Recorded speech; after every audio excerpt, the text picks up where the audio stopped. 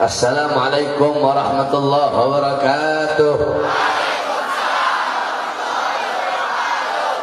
Bismillah wassalatu wassalam ala rasulillah Muhammad ibni Abdullah wa ala alihi wa sahbihi wa man walah wa ba'd. Yang saya cintai, yang saya muliakan para alim ulama, para habaib, para kiai, para asatid, para tokoh masyarakat, para aparat pemerintah, wabil khusus sahibul majlis Al-Habib Ali Al-Idrus. Yang saya cintai, yang saya muliakan guru kita Al-Habib Ahmad Al-Aidid. Yang saya cintai, yang saya muliakan Al-Habib Muhammad bin Umar Al-Attas, beserta segenap para habaib, para kiai, para alim ulama, para tokoh masyarakat, para aparat pemerintah, beserta seluruh jamaah hadirin hadirat, bapak-bapak, ibu-ibu, para pemuda-pemudi umat baginda Nabi besar Muhammad yang selalu dimuliakan oleh Allah Subhanahu wa taala. Saudara-saudara, kita duduk pada malam hari yang mulia ini dalam rangka milad majlis zikir birrul walidain. Saudara-saudara sekalian yang dimuliakan oleh Allah Subhanahu wa taala, birrul walidain adalah berbakti kepada kedua orang tua. Hadirin sekalian yang dimuliakan oleh Allah Subhanahu wa taala, Allah Subhanahu wa taala menciptakan kita manusia. Makanya Allah Subhanahu wa taala di dalam banyak ayat-ayat yang dimana Allah kadang memakai dhamir ana dan kadang memakai dhamir nahnu. Kadang Allah memakai khalaqtu dan kadang Allah memakai khalaqna. Ketika Allah Subhanahu wa taala memakai khalaqna dan kami ciptakan, khalaqnal insan, dan kami ciptakan manusia-manusia. Kenapa Allah Subhanahu wa taala memakai khalaqna, yaitu dhamir nahnu, kami ciptakan manusia.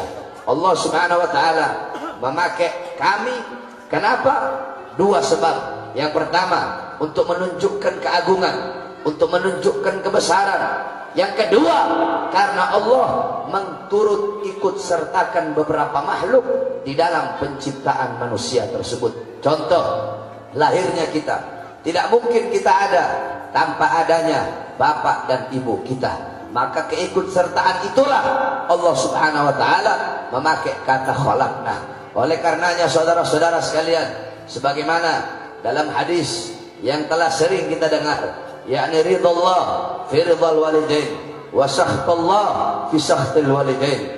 Keridhaan Allah terdapat di dalam keridhaan orang tua, sedangkan kemurkaan Allah terdapat di dalam kemurkaan orang tua. Walaupun kalian sholat sampai kalian sholat ribuan tahun, walaupun kalian sujud sampai dahi kalian hancur, walaupun kalian ruku sampai badan kalian seperti busur panah, walaupun kalian berpuasa sampai badan kalian kurus tinggal tulang, walaupun kalian sedekah sampai harta kalian habis, walaupun kalian haji 99 kali, tapi kalau tidak mendapatkan keridhaan orang tua, jangan harap kalian mendapatkan keridhaan Allah Subhanahu wa taala.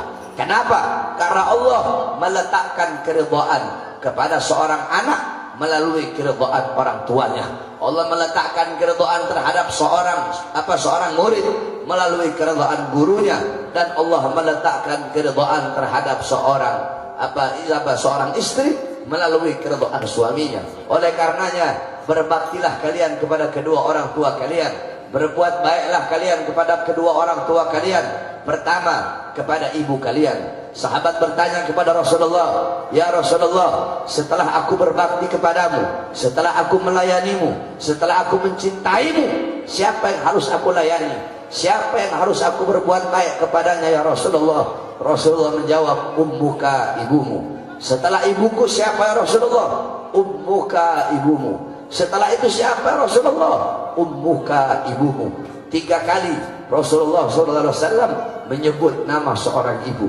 Saudara-saudara sekalian, ibu kita yang melahirkan kita, ibu kita yang dimana selama 9 bulan kita berada di dalam perut ibu kita, kemana-mana kita dibawa, kemanapun dia pergi kita dibawa, apa yang dia makan kita makan, apa yang dia minum kita minum. Saudara-saudara, jangankan ketika ibu kita mengorbankan jiwa dan nyawanya untuk melahirkan kita, jangankan dia melahirkan kita, yang dimana ketika melahirkan itu berapa banyak urat-urat dia yang putus ketika melahirkan kita. Jangankan ketika seorang ibu kita melahirkan kita, itu terlalu jauh. Satu kali hentakan kaki kita ketika berada dalam perut ibu, kita pernah kita pernah menyenggol kaki kita, menendang perut ibu kita. Satu kali tendangan kaki kita tersebut tidak bisa kita balas, walaupun kita berikan surga dan isinya kepada ibunya kita. Satu kali hentakan kaki seorang anak yang ada dalam perut ibunya tidak bisa dibalas, walaupun diberi surga beserta isinya. Maka bagaimana kita akan membalas jasa seorang ibu yang telah melahirkan kita, yang telah menjadi sebab adanya kita di dunia ini. Oleh karenanya, berbuatlah baik kalian kepada kedua orang tua kalian, lemah lembutlah kalian kepada bapak ibu kalian. Kewajiban kita sebagai anak untuk berbakti kepada kedua orang tua, untuk selalu taat kepada perintah kedua orang tua selama perintah tersebut bukanlah perintah bermaksiat kepada Allah. Sebab la ta'ata lil makhluk fi maksiatil khaliq. Tidak ada ketaatan kepada makhluk di dalam bermaksiat kepada Allah Subhanahu wa taala. Saudara-saudara sekalian, apalagi kalian para pemuda-pemuda yang masih punya ibu, beruntung kalian. Kenapa? Selama ibu kalian masih ada, maka selama itu malaikat mendoakan kalian.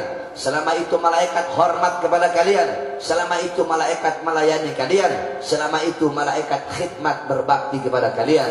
Tetapi apabila ibu kalian telah tiada, apabila ibu kalian telah meninggal dunia, apa kata malaikat? Maaf, dulu aku melayanimu, dulu aku hormat kepadamu, dulu aku memuliakanmu. Sekarang ibumu telah tiada, maka aku tidak lagi hormat kepadamu, aku tidak lagi akan melayanimu, dan aku tidak akan lagi khidmat kepadamu. Oleh karenanya, mumpung masih punya ibu, taat kamu kepada ibu. Jangan pernah engkau melawan perintah ibumu, apalagi mengatakan mengatakan kepada orang tua saja tidak boleh, apalagi engkau membantah. Berapa banyak anak-anak sekarang ngomong kotor kepada orang tuanya, melawan orang tuanya, melotot di hadapan orang tuanya, membantah perintah orang tuanya, mengeraskan suara kepada orang tuanya. Jangan harap kehidupan kamu bakal senang, jangan harap kehidupan kamu bakal bahagia di dunia dan di akhirat. Saudara-saudara sekalian yang dimuliakan oleh Allah Subhanahu wa taala, Rasulullah sallallahu alaihi wasallam adalah seorang makhluk yang paling mulia, yang memberi syafaat kelak di yaumil kiamah. Sayyidina Ali bin Abi Thalib pernah ditanya, sengaja saya bahas tentang orang tua karena ini majelis namanya majelis birrul walidain. Coba ini majelis namanya majelis nurul jihad, ya saya bahas tentang jihad. Karena ini majelis orang tua, jadi nggak majelis berbakti kepada kedua orang tua, nggak mungkin saya bahas perang di sini, saudara-saudara. Jadi saya bahasnya orang tua. Nah, hadirin sekalian yang dimuliakan oleh Allah Subhanahu wa taala, Sayyidina Ali pernah ditanya, "Ya Imam, apa ayat yang paling bisa diharapkan dari semua ayat Quran? Apa ayat yang paling bisa diharapkan?" Sayyidina Ali menjawab, dari sekian banyak ayat Quran, yang paling bisa diharapkan adalah ayat wala saufa yu'tika rabbuka fatarda. Wala saufa yu'tika rabbuka fatarda. Allah tidak akan pernah berhenti memberikan kepada Muhammad. Allah tidak akan pernah berhenti memberikan kepada Rasulullah apapun yang Nabi mau sampai Nabi Muhammad ridha. Sampai Nabi Muhammad puas, apapun akan diberikan oleh Allah Subhanahu wa taala. Nabi mau minta apapun akan Allah kasih sampai Nabi Muhammad puas, sampai Nabi Muhammad ridha. Nah, apa kata Sayyidina Ali? Nabi Muhammad tidak akan ridha, Nabi Muhammad tidak akan puas sebelum seluruh umatnya masuk ke dalam surganya Allah Subhanahu wa taala. Nabi Muhammad tidak akan ridha, tidak akan puas sebelum apa? Sebelum seluruh umatnya selamat pada hari itu. Nah, saudara-saudara sekalian yang dimuliakan oleh Allah Subhanahu wa taala, kita umat Nabi Muhammad adalah umat yang pasti akan masuk ke dalam surga. Walaupun ada yang memasukkan neraka beberapa ribu tahun, nanti tetap akhir-akhirnya pun pasti akan masuk surga. Tetapi tahukah kalian siapa umat Nabi yang terakhir kali masuk surga, yang telah direndam dalam neraka terus terakhir masuk ke dalam surga? Saya ceritakan kepada kamu. Nabi Muhammad kan beliau pernah bilang sebelum wafat minta jaminan kepada Allah. Apa kata Allah? Innal jannah muharramatun alal umam qabla an tadkhuluha ummatuh. Wahai Muhammad, jaminan dariku sorga aku haramkan untuk dimasuki oleh umat manapun sebelum sorga dimasuki oleh umatmu. Nah saudara-saudara, ada umat Nabi yang masuk ke dalam neraka. Kelak pada hari itu yang sibuk dengan kita, mengurusi kita, bukan bapak ibu kita, bukan anak istri kita, tetapi yang sibuk mengurusi kita pada hari itu adalah baginda Nabi besar Muhammad SAW. Nabi Muhammad SAW beliau berkata, ya Allah, apakah masih ada umatku yang ada dalam neraka? Masih ada wahai Muhammad. Pergi Rasulullah SAW pergi ke neraka. Ketika Rasulullah pergi ke neraka, Rasul berkata, ya Allah, fulan bin fulan, mereka adalah umatmu. Aku minta syafaat untuk mereka ya Rasul. Apa ya Allah? Kemudian Allah berikan syafaat. Allah angkat mereka. Allah rendam di telaga Al-Kautsar. Allah masukkan ke dalam surga. Setiap nabi memiliki doa yang mustajab. Semua nabi doa mustajab mereka telah mereka pakai ketika di dunia. Tetapi Nabi Muhammad, doa mustajab beliau tidak beliau pakai di dunia. Beliau pakai di mana? Beliau pakai di akhirat untuk memohon syafaat kepada umatnya, karena begitu cinta dan sayangnya pada kita. Satu persatu semua golongan umat Nabi, yang mabok, yang zina, yang melacur, yang narkoba, yang mencuri, yang dalam neraka, satu persatu diangkut, direndam di telaga Kautsar, dimasukkan ke dalam surga. Akhirnya Nabi bertanya, wahai Jibril, apakah masih ada umatku di neraka? Masih ada ya Rasulullah. Nabi pergi, ternyata mereka adalah golongan terakhir yang ada dalam neraka. Nabi berkata, ya Allah, aku minta syafaat untuk mereka. Apa kata Allah? Wahai Muhammad, mohon maaf, kalau untuk golongan yang ini aku tidak bisa mengampuni mereka, dan aku tidak bisa memberikan syafaat kepada mereka walaupun engkau yang meminta. Kenapa ya Allah? Kata Allah, kalau aku ampuni mereka berarti aku telah melanggar janjiku, yaitu apa? Ridho aku berada dalam ridho kedua orang tua mereka, kemurkaanku berada dalam kemurkaan kedua orang tua mereka. Mereka adalah anak-anak durhaka yang tidak diridhoi oleh kedua orang tua mereka. Itulah golongan terakhir dari umat Nabi yang ada di dalam neraka, saudara-saudara. Akhirnya terus bagaimana ya Allah? Orang tua mereka ada di sorga.